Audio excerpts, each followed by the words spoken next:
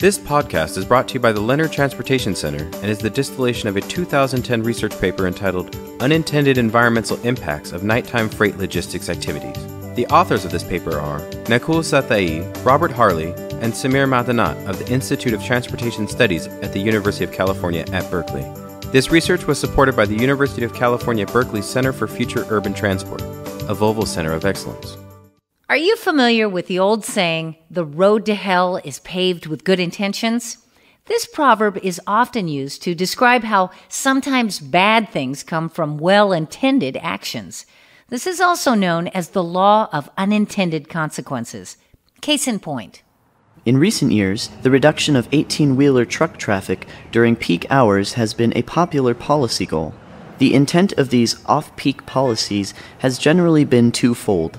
The first is to ease traffic congestion during our crowded commutes, and the second is to reduce the negative health impact of diesel exhaust. This research focuses on estimating the concentration of diesel fumes and how much of that we tend to breathe in as a result of daytime versus nighttime activity. To accomplish traffic congestion and environmental relief, policies and incentives the world over have been put in place to induce a shift in transportation operations from the weekday to the nighttime hours. The Pier Pass program in Southern California is one example. Pier Pass was implemented in 2005 by the ports of LA and Long Beach to provide incentives for businesses to move their freight at night and on weekends.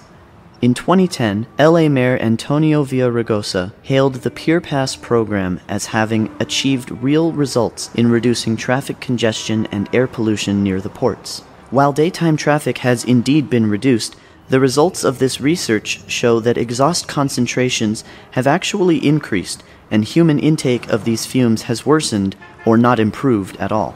So how could getting more diesel trucks to drive at night when there is less overall traffic not improve our air? Here's why. The air temperature during the day is hotter and less dense. This allows for easier dispersal of diesel fumes. Warmer air rises and carries with it the exhaust into the upper atmosphere where it dissipates. Nighttime air is cooler and more dense, making it more difficult for fumes to dissipate. Consequently, the colder air keeps the exhaust trapped at the surface where we breathe. These variations in temperature range widely from the coast to inland areas, which makes this effect even greater the further away from the coast you go. Southern Californians can experience wide variations in temperature, humidity, winds, etc. between the daytime and nighttime hours, and even greater differences between coastal and inland weather.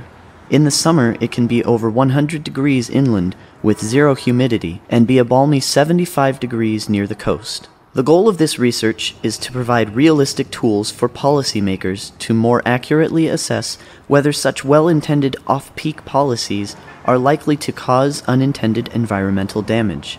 The research shows that the complex nature of transportation and environmental systems requires a more comprehensive assessment of logistics policies in the future.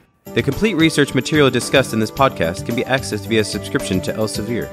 This podcast was brought to you by the Leonard Transportation Center at Cal State University San Bernardino. Visit our website at leonard.csusb.edu to find even more transportation and logistics information. Thank you for listening.